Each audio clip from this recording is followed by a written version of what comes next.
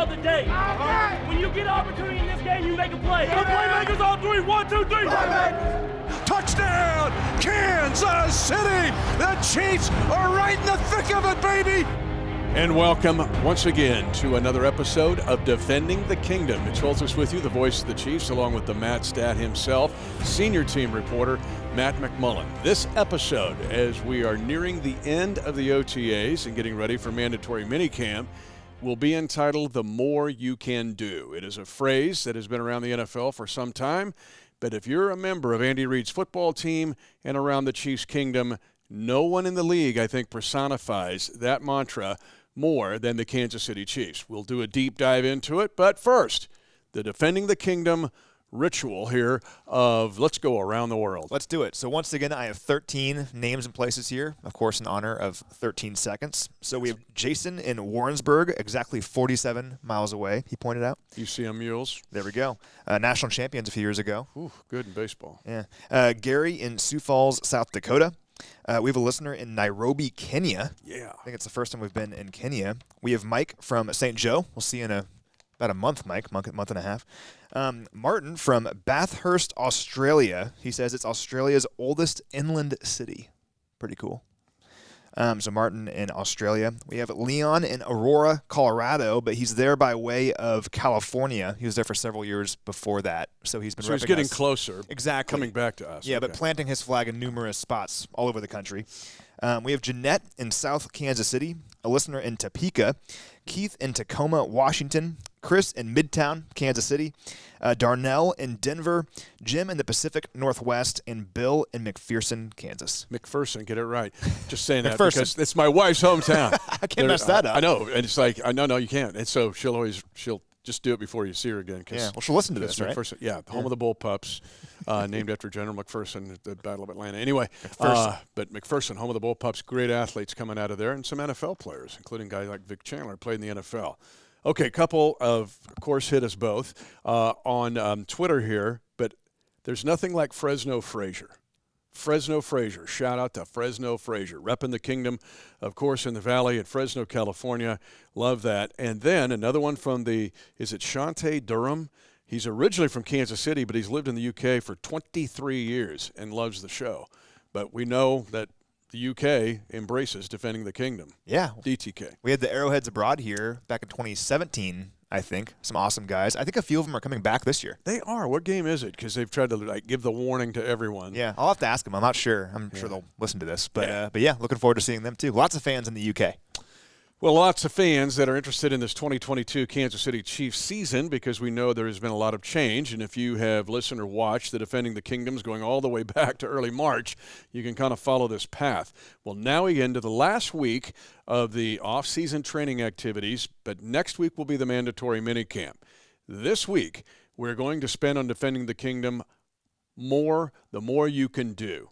And you've heard that phrase a lot around the National Football League for years. But for the Kansas City Chiefs, ever since Andy Reid drove into the Chiefs' kingdom and changed everything forever, wow, Matt, I can't think of every spot on this team, maybe other than quarterback, fits this. Because you can't pigeonhole a guy anywhere to me because they are challenged to do as much as they can possibly do and learn as much as they can possibly learn. Yeah, it's really twofold, I think. So if you think about the starters on this team and the players that you see a lot, they have to be versatile because Coach Reid, at least offensively, wants to do a million different things with them. And that's why this offense has been so good and so dangerous for years now, is because the players may come and go, but he finds a way to take advantage of their strengths in numerous ways. So we've seen that for years with Coach Reid. And defensively, it's the same way with Spags, because we always talk about how there's not really corners or safeties with the Chiefs. It's defensive backs, and that speaks to their versatility. And the other part of this is right now there's 90 guys on the Chiefs roster. They'll go to training camp with 90 guys, and you'll see in at least the first preseason game a lot more guys than what will be here when the season rolls around. So how do those guys earn their spots that are at maybe that bottom third of the roster? It's being versatile. And we've been seeing throughout OTAs, and we'll see it in minicamp, and we'll see it in training camp, guys playing in numerous positions, because if you can do 2 or 3 things pretty well, that might earn you a spot when it comes to cutdown day in September. We are not kidding about this. In fact, earlier during a media session, Chiefs running back, former first-round draft pick Clyde Edwards-Helaire was asked this specific question. And Clyde articulates it very well. The Chiefs just aren't any other team. Everybody brings something different to the table, and that's the great thing about this offense is you can stick anybody anywhere, and as long as we know what we're doing and executing, it can be unmatched depending on, you know, as far as our matchups.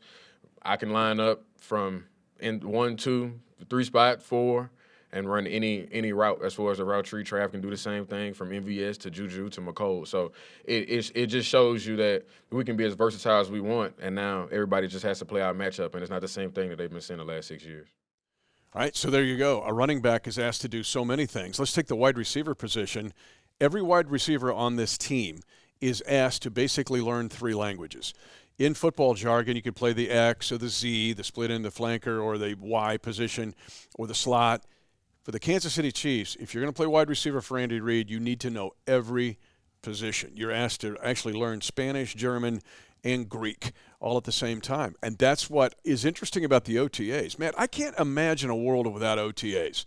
I know that sounds like old school, but what are these other teams doing? Because Andy Reid uses this as somewhat of an aptitude test, like an SAT or an ACT, to see if, like specifically, the wide receivers, how much can they handle? Well, there's a reason that those other teams aren't playing in the conference title game every single year. And obviously the Chiefs are doing that because they have a lot of talent, but also because they get on this stuff in May and in June. And what Coach Reid has said over and over again is they're throwing the book at these guys. I mean, it's more stuff than most people can probably handle, but you figure out a lot about a player up here in their mind when you're throwing this stuff at them over and over again. And basically, OTAs and minicamp are essentially a passing camp. I mean, there's no live contact going on. So it's essentially all throwing the football, not a lot of running going on. And that's a great opportunity to figure out what routes can you run? And for all the new receivers that are here on the Chiefs now, guys like MVS, Juju, Sky Moore, and a lot of other players that are fighting for a roster spot on this team, guys like Justin Ross or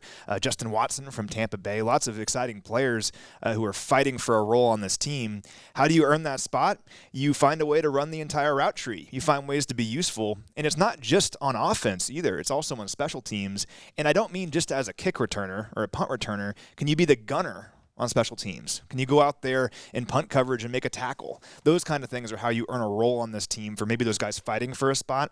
And for the guys that we know will be on this team, guys like MVS and Juju and Sky Moore, what kind of routes can you run?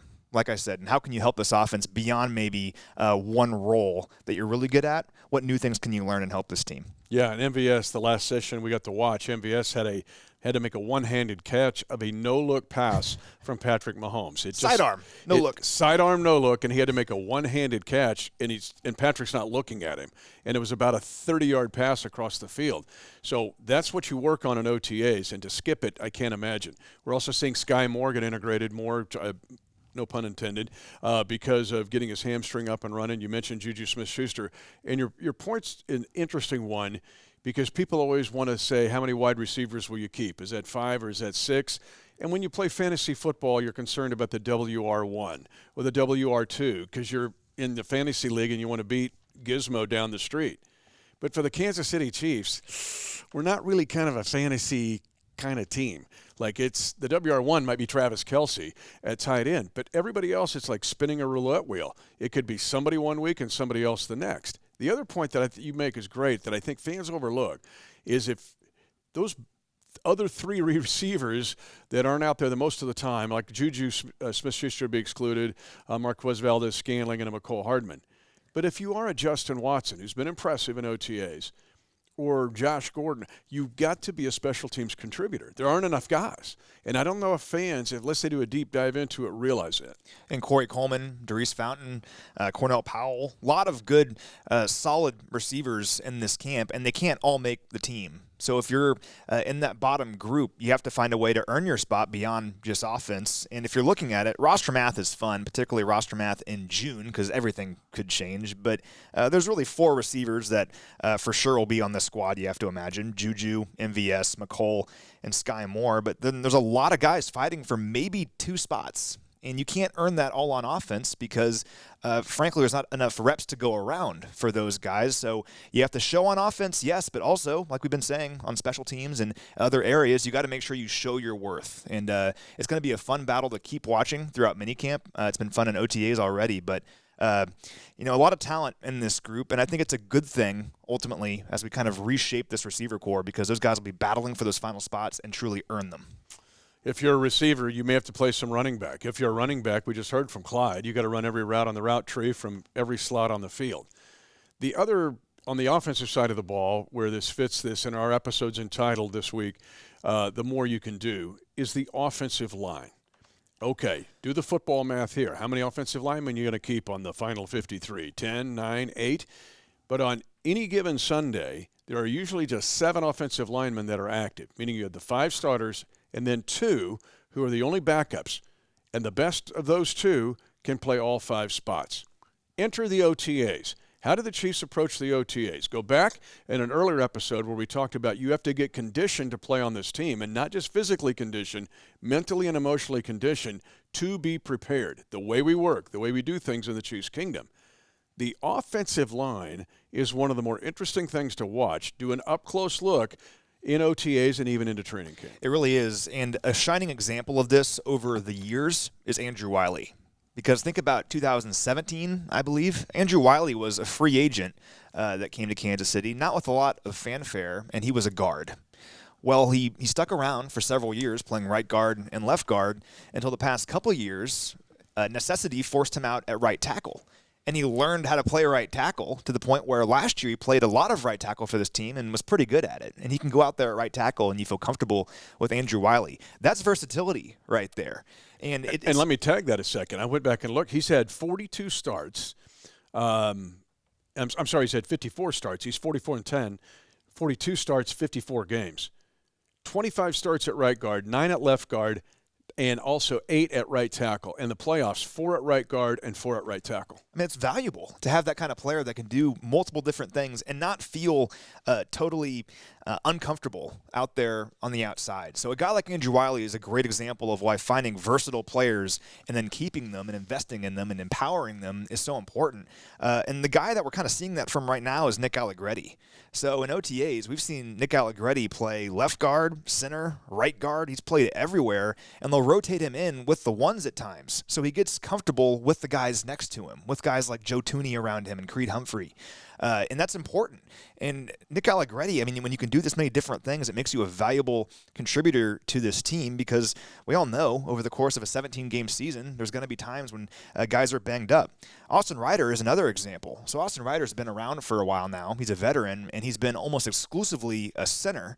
But we've seen him at both right and left guard in this camp to see, hey, can you play all 3 interior offensive line spots? And that's something to watch going into camp. Another example of versatility that just still amazes me is Joe Tooney, because Joe Tooney is firmly entrenched as a guard in Kansas City, but when Orlando Brown Jr. Got hurt in the first Cincinnati game last year, remember Joe Tooney like playing left tackle super well, like against like Trey Hendrickson? And then Niang goes down 6 plays into the game. And it's like, Tooney, you got to be left tackle. Amazing. And like playing it really well, like against Trey Hendrickson, one of the best pass rushers in the NFL.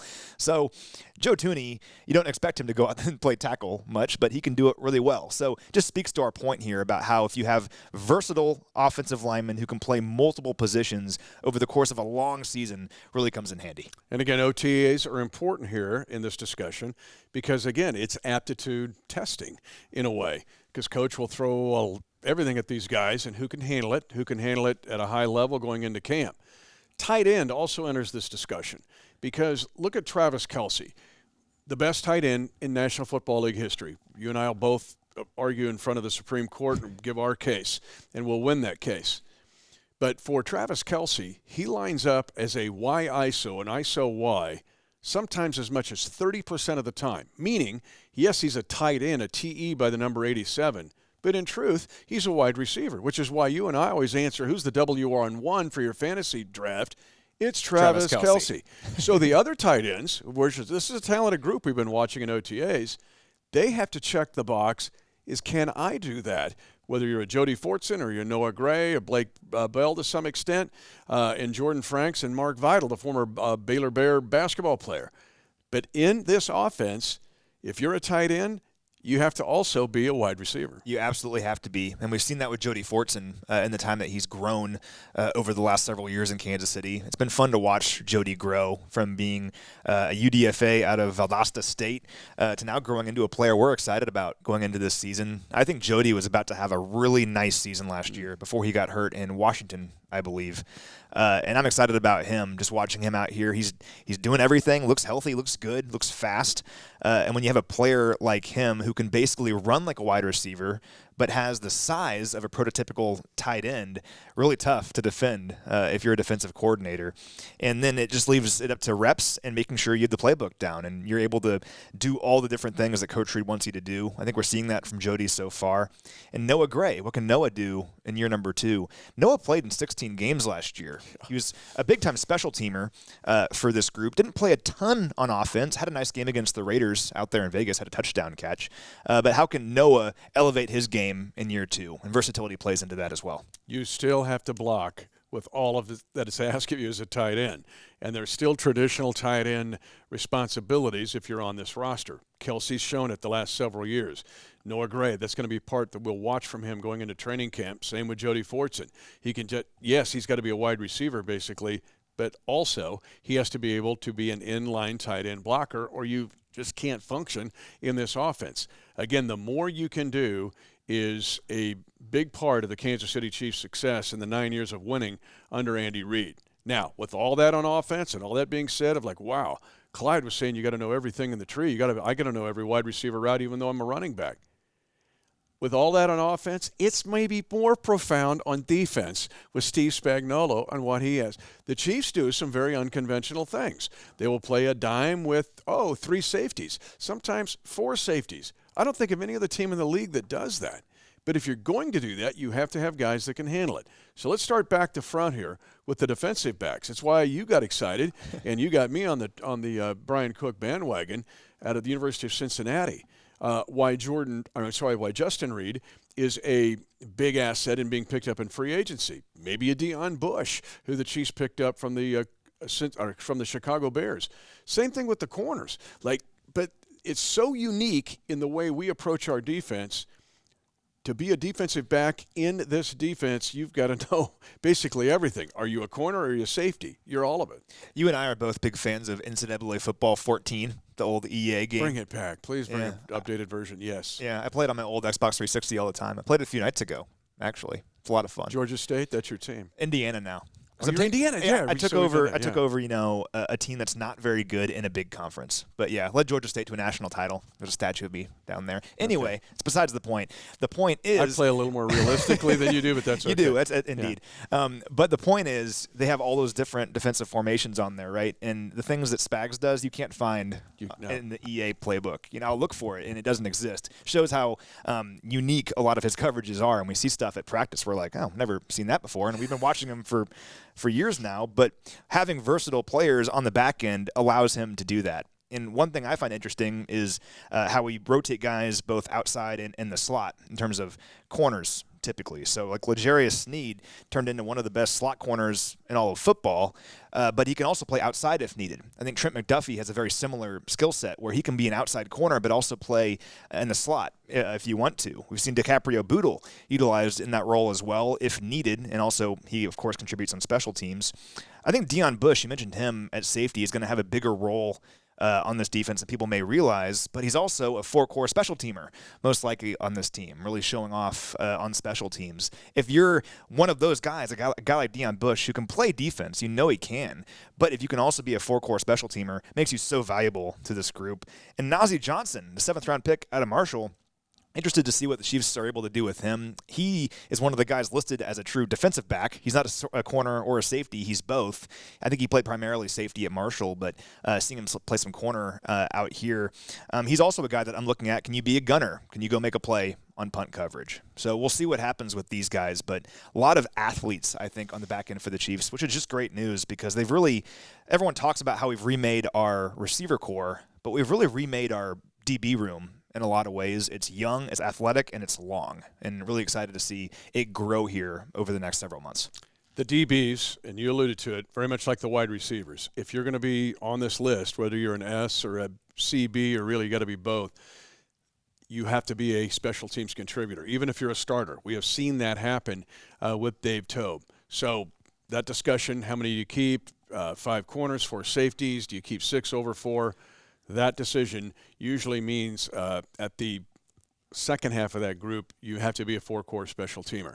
Speaking of DBs, let's pull off here on the side of the road for just a second, because it was exciting earlier here in the Chiefs' Kingdom, because Brandon Flowers, 2008 draft pick for the Kansas City Chiefs, 88 games as a Chief, 6 years, 17 interceptions as a Chief, Pro Bowler, famous, of course, for the pick 6 against the Raiders running into the black hole when they were playing back in Oakland and putting his foot up on the football and giving the double flex. It's awesome. If you can find that photo, count the birds in that photo, and it's not the birds of Capistrano.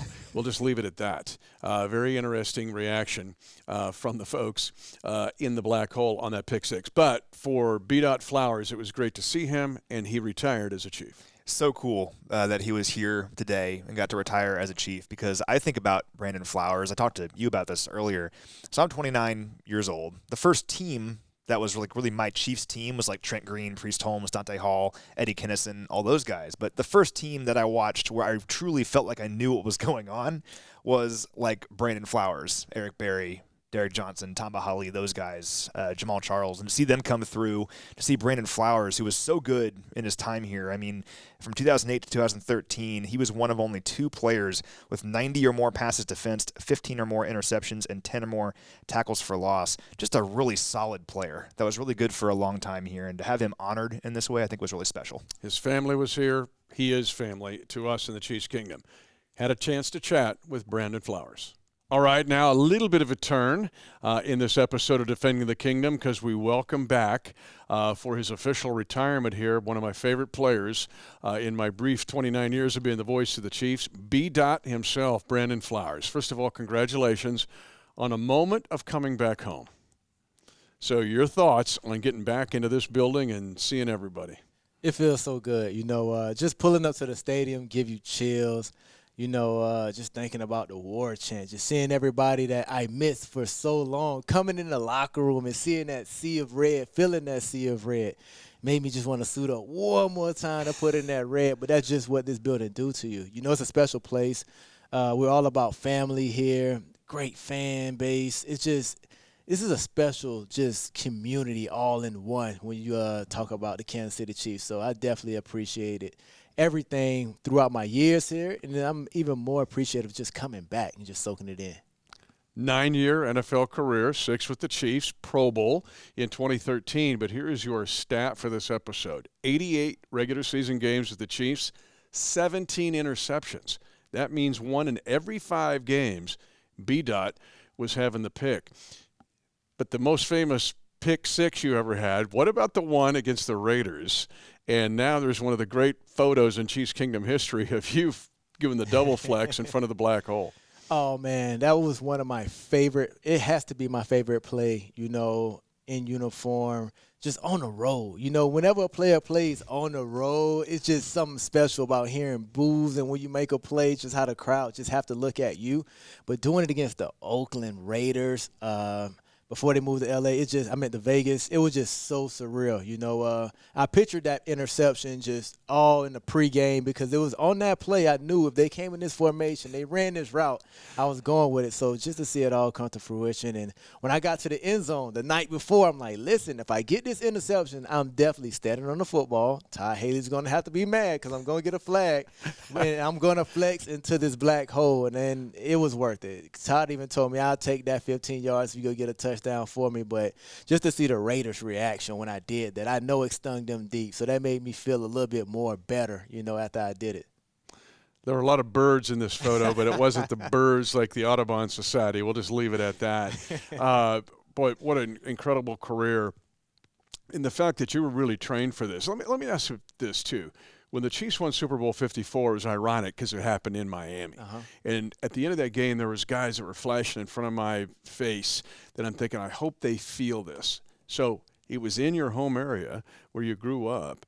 Did you feel a part of that championship? I definitely felt a part of it. And I actually was at the stadium. I actually was calling a game from a network in London. So I was actually in the press box, and the whole time I was just like, they got to get this done. They have to get this done.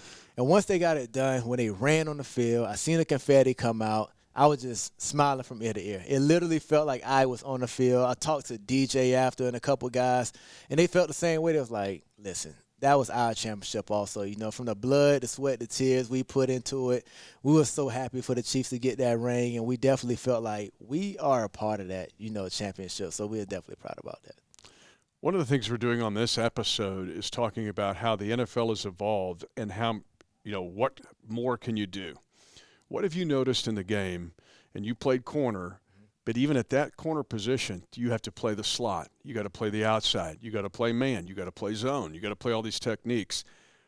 What have you seen from the corner position over the last several years, and what would you tell Chiefs Kingdom fans going in, because we got some young corners? Be patient with the corners you have, especially while they're young, because it's obviously from my time coming into the league until now, the passing game has evolved so much, and there's a lot of great quarterbacks. When I played, you probably had 4 or 5 great quarterbacks, but now it's like they're coming into the league and they can be so efficient. So playing cornerback is tough right now, especially when you're playing outside, inside, and having a guy like Patrick Mahomes that puts up points. The opposing team has to throw the ball a lot more. So if you don't feel like you have a lockdown cornerback, it's not because you don't. It's because they're getting more opportunities to throw the ball, because Patrick Mahomes is always going up on that scoreboard. So a team always have to throw the ball to come back in. And you want to bend but not break defense. Letting them just drive the ball, spend 6 minutes just moving the ball, then hold them to a field goal, because it's not an individually stacked game. It's a team game. So let them waste their time. Let them kick a field goal. Pat go put 7 on the board. So don't worry about if you have young corners and they're giving a couple passes up here and there. Family's always been so important to you. As excited as I was to see you, as excited to see your family, because it was just, my life was flashing in front of me, seeing your dad and your sister and your whole family. What was the Chiefs family like for you? And what it means, not just your biological family, but your Chiefs family. When we pulled up to the facility yesterday, we went to the pro shop. And the first thing my dad said was, this is home. This is family right here. And that's special. It's not just me as the player that feels like this place is special and this home, but when your family and your parents have that same feeling. As soon as we pulled up, Mitch, and he seen you, he was like, oh, my guy, Mitch. And it's like, you're such a great guy. You make not just only the players feel like they're welcome and they're appreciated, but when you take it a step further and our families feel that way when they see you, Mitch, and how you're so humble and you say, I've been here briefly 29 years. Like, no, you're a big part of this franchise. You're a key piece to this franchise. So for the fact that you make us feel this way, it goes a long way. Finally, what are you doing now? Because you were being an analyst. You said you did Super Bowl 54. What's on your plate now? So now I took a break from being in the booth, taking a break from being an analyst. So now I'm getting into acting full time.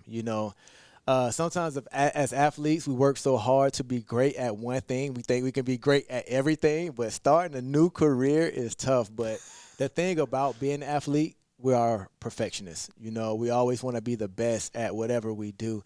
So right now I'm just taking all the strides to be like one of the top actors in the world. So hopefully you'll see me on the screen coming soon.